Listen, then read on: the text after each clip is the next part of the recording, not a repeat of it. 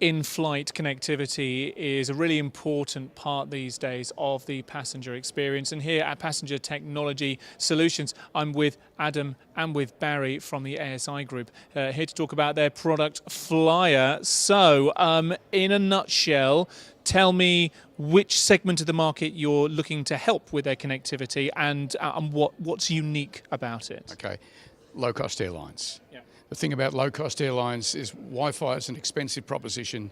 Most of the research says their passengers won't pay, so they need a service that fits their business model, because their business model is dramatically different to the tier aircraft, airline industry. So that's what fflya is about. It's really about targeting low-cost airlines, giving their passengers free messaging, giving them the opportunity to connect their fleet in air, ground, maintenance, operations, crew, creating new retail methods. For example, with the airline app, the moment it goes on the aircraft, it's dead.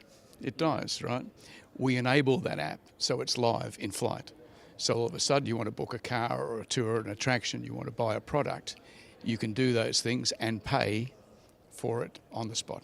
So as a passenger, my portal, if you like, to being connected in flight, if I'm flying on a low-cost carrier, is to use the app that the airline provides. From a technical point of view, Adam, what's different? Because again, on flight, typically I think of Wi-Fi as being the transport mechanism. Oh, that's right, yeah. So we're a hybrid system, Bluetooth and Wi-Fi. Your core components of it, messaging, WhatsApp, email, even like live booking, payments and stuff will all be done over Bluetooth.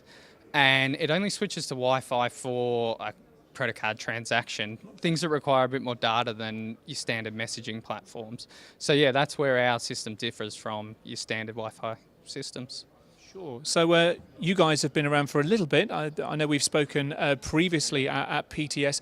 What's the latest? What else have you been working on, and what kind of traction have you been getting with the tech? Well, the thing that changed most with us is we originally planned for 2016, which was when Iridium Next would launch, right? But 2 years later, it finally happened. So we become a reality, and so everything that we've done in the interim has been about improving the service, adding more facilities to it. There's an IFE component if we want to add to it. There's a credit card component that's in there now.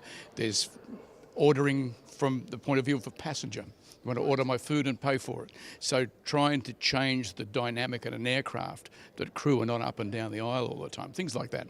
Yeah. So we've really finessed the app and the entire application and the program to deliver much more in terms of services for an airline. And if we were to be chatting, let's say this time next year, Adam, while I'm aware of commercial sensitivities around these things, what sort of things do you hope that we'll be able to talk about with fflya? Oh, well, we'll be flying on, more than our first launch airline, on multiple airlines, I'd say, by that stage, and probably some new technology that we're in the midst of developing right now. Yeah. Good stuff. There we are. That's all we're going to get from you, but I'm aware it is sensitive stuff, and you don't want to give away all of your shiny new toys before you've opened them. Listen. Thank you very much indeed for chatting to us again, and I wish you all the very best of luck with the next 12 months. Adam and Barry from fflya, I guess. You got it. Cheers. Thanks a lot, guys.